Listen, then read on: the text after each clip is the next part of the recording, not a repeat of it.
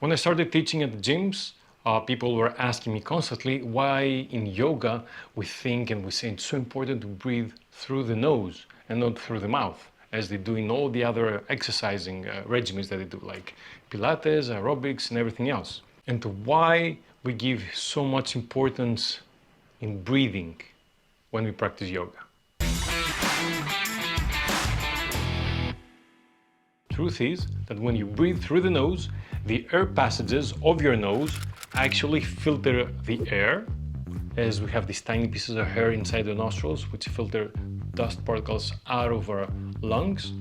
And because they're smaller compared to your throat, it is easier to control the breath.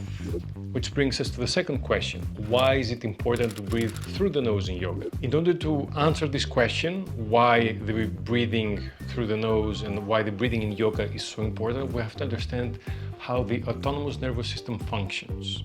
And we care about the autonomous nervous system for now because breathing is part of the autonomous nervous system. Your heart beating is part of the autonomous nervous system. You don't think about your heart beating, it beats on its own. You don't think about your stomach digesting, it digests on its own.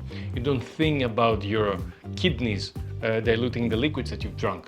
They do it by themselves. So we have all these functions that our body does without us thinking about it. Breath is the same thing. We breathe whether we think about it or not. We go to bed at night and we just keep breathing. We don't stop breathing. We don't have to keep thinking that we need to breathe. So in short, the autonomous nervous system are functions that happen without our conscious control, let's say. They happen unconsciously in our system. So within our unconscious part of ourselves, there is one function that we can very consciously control it, and that is the breath.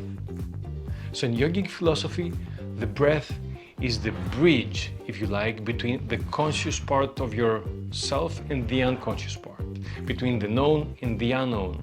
It is the window that if you open, you have access to the unconscious part of yourself.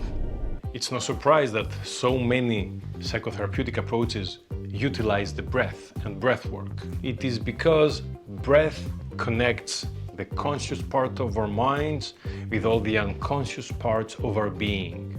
I know it may sound very philosophical or non-tangible, but it is in a very tangible way the only unconscious function of our bodies that we can consciously control, directly control. Because yes, you can directly or actually indirectly control how your body digests by eating certain types of food, but you cannot tell your stomach, digest now. It does it on its own, but you can tell to yourself, now inhale, now exhale, now hold the breath, and so forth.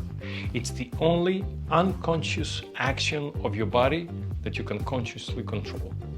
That's why in yoga, it is so important to practice consciously with the breath in your asana practice. That's why there are so many pranayama, breathwork practices. That's why there are so many meditative practices that utilize and use the breath.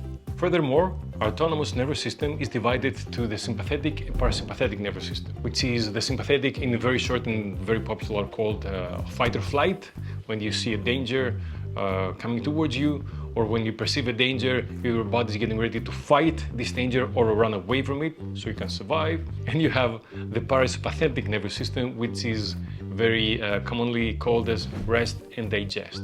The part of your nervous system that is used to digest the food and rest. When one part of the nervous system is activated more than the other, they don't work at the same time, it's like a switch that goes on and off, so they affect different parts of the body accordingly. When you're in the sympathetic nervous system, the breath goes faster, the heart starts beating faster because you're getting ready to fight or flight, perceive danger. And if you're the parasympathetic nervous part of your system, then the breath slows down, the heart rate slows down because the blood needs to go towards the organs and let them do their job. So with the use of the breath, we can start building stress resilience. And how are we going to do that? Or how we can do that? You will have to wait until the next video.